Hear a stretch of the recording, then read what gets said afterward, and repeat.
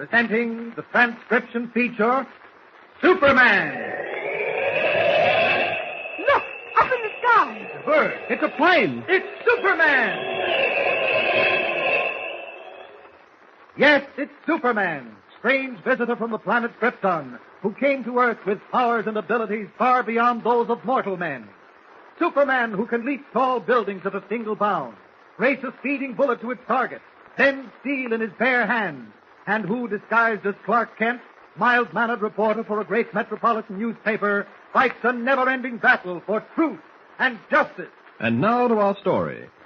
When Bull Raglan, leader of a North Woods fur smuggling gang, left Jimmy Olsen and Batiste bound hand and foot in a dark cave, his plan was to keep them hidden until he could bargain with Clark Kent, who he thought was a government agent.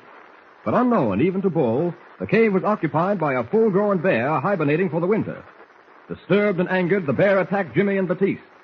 Meanwhile, Kent, having captured Bull and his assistant Chuck, forced them to go along with him while he followed Batiste's dog sled tracks out of the clearing where the French-Canadian guide had camped. As they neared the cave, Kent heard Jimmy's voice calling for help. Compelled to knock Bull out, Kent left him with Chuck, who had sworn he was going straight, and headed for the cave. As he neared the entrance, he could hear the wild growling of the bear. Help! Help! I'm coming, Jimmy. Good thing it's pitch dark in there. Mr. Kent, the bear's coming at me. Jimmy! Poor kid's fainted. Now I can handle this as Superman. All right, come on, Grizzly. Launch at me. Come on, that's it. Sit up on your feet, eh? Oh, you don't like boxing, do you? Want to wrestle, eh? Get me in a bear hug. Okay, come on. There. Now let's see who can squeeze the hardest. I guess that finishes you. Now, let's see. Jimmy seems all right outside of a few scratches. Oh, but poor Batiste is badly mauled. Gotta get them both back to town as soon as possible. Maybe a matter of life or death for Batiste. That means I'll have to leave Bull and Chuck behind and send someone back for them. It's taking a chance, but it can't be helped. All I hope is that Chuck doesn't see me leave the cave as Superman. Well, no time to waste. One under each arm. Out to the entrance. Up! Up! And away!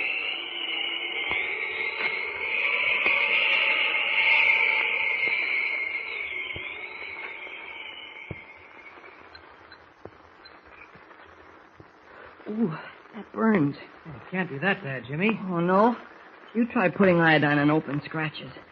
Isn't that enough, Father Malone? I think it is, Jimmy. You're a very lucky boy. Lucky? You call this luck, I never want to have any more of it. Well, you were lucky that bear didn't swipe you across the face instead of the arm. And doubly lucky that Mr. Kent arrived when he did. Oh, by the way, how's Batiste? Well, we won't know for a day or so. He was badly torn up. But if the wounds don't infect, he'll pull through all right. Well, I must say I hardly expected to see you back here so soon, but I'm glad it turned out as well as it did. What happened to the two fur smugglers? The customs men picked them up. Chuck had kept his promise to see that Bull Raglan didn't escape, so they let him go. Father Malone's trying to get him a logging camp job. And what about Bull?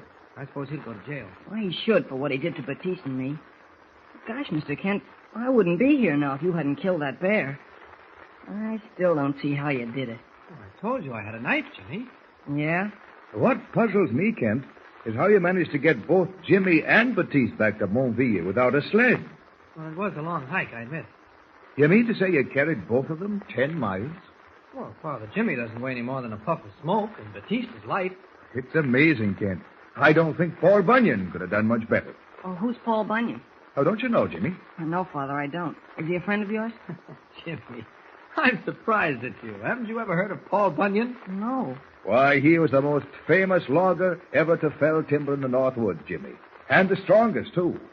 For they claim he could cut down 400 trees with one swing of his axe. Oh, I don't believe it. No man could do that. Well, Paul Bunyan was no ordinary man. They say he owned a saw that was a half a mile long, and that 200 men used to ride on it while he cut down a stand of timber. Are you trying to kid me, Father Malone? No, Father's not kidding, Jimmy. Any Northwoods logger can tell you stories about Paul Bunyan. Didn't he own a huge ox, Father? Oh, that he did, Kent. A big blue ox he called Bay. That's the one. It was the strongest ox in the world. And Paul used to feed it 3,000 tons of hay every morning and 5,000 tons of oats at night. Oh, where did he get all the hay and oats? I suppose Paul owned a 50,000-acre farm and grew it. 50,000 acres. Poor Bunyan's farm stretched from the northern tip of Minnesota to the southern tip of Michigan. And there was a road running through it that twisted and turned like a corkscrew. So one day, Paul hitched his big blue ox to the Michigan end of the road, and in 10 minutes, Jimmy, that ox pulled the road out straight as a die, and it never had any more curves in it. Gosh. Talk about Batiste and his tall stories. Well, yours take the cake, Father Malone. Oh, these aren't my stories, Jimmy. They belong to the logging camps. They're a part of America, just like the stories of Hercules were a part of Greece. Oh, then they aren't true. Paul Bunyan never existed. As much as a legend ever exists, Jimmy. Oh, I see. When we get back to Metropolis, Jimmy, I'll buy you a book of Paul Bunyan's stories. Oh, that'll be swell. Say, when are we going back, Mr. Kent? I suppose now that Batiste won't be up and around for a while, our dog sled trip to Canada is over almost before it began. I could get you another guide, Kent. Not as good as Batiste, but dependable. No, Father. I think Jimmy and I might just as well go on home. We both had enough excitement to last us a long time. We'll come up next year for our dog sled trip. Well, don't forget. As a matter of fact, if you let me know in advance, I might be able to arrange to go along with you. Oh, gosh, I hope you can, Father. Are you taking tonight's train, Kent? Yes, Father. That reminds me, Jimmy, you'd better get your clothes packed. We have less than an hour before the train leaves. Well, what time is it now? The clock is just about to strike 7. Okay, I'll be ready in 10 minutes.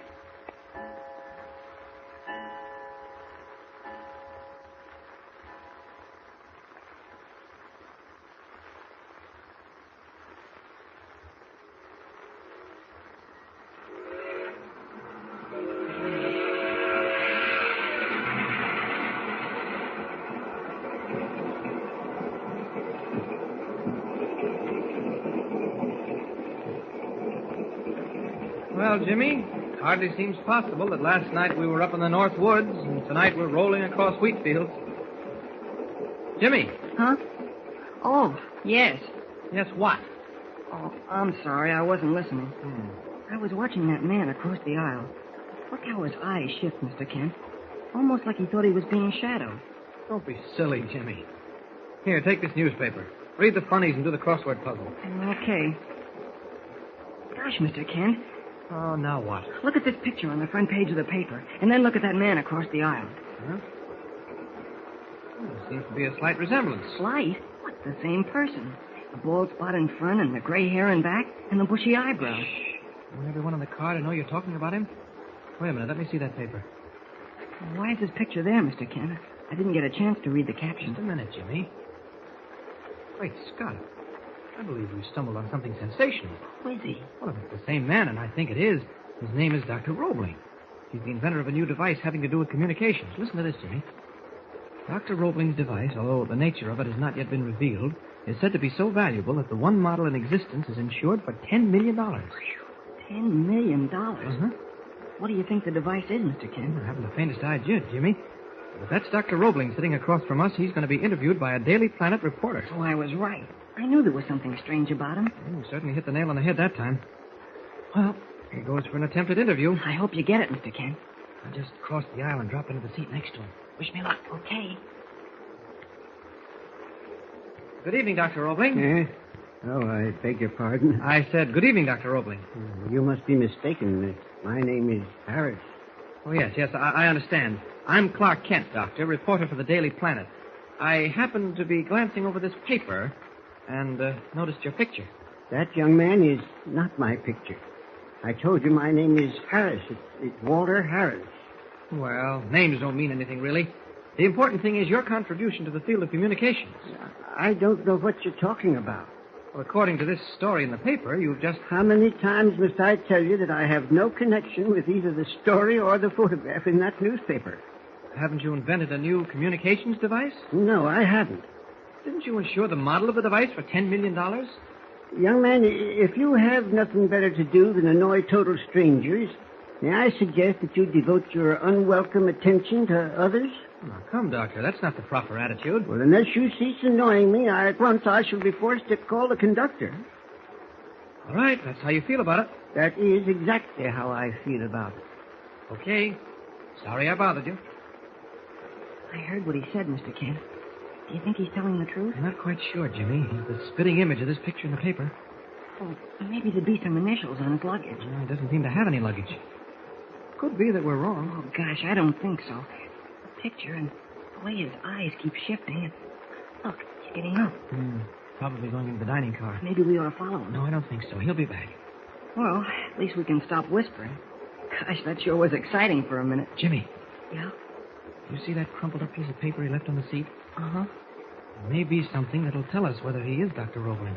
Want me to get it? No, you sit tight. I'll walk up to the water cooler at the end of the car and pick it up on my way back. Okay. I'll keep my eye on it. I'll be right back. Gosh, I sure hope there's a clue on that piece of paper. A real exciting clue. What's Mr. Kent wasting time at the water cooler for? Why doesn't he hurry back? Here he comes. I can hardly wait. Okay. What's on the paper? Take it easy, Jimmy. Now wait till I read it. What does it say? Something very peculiar. What? It says, "This is your last warning."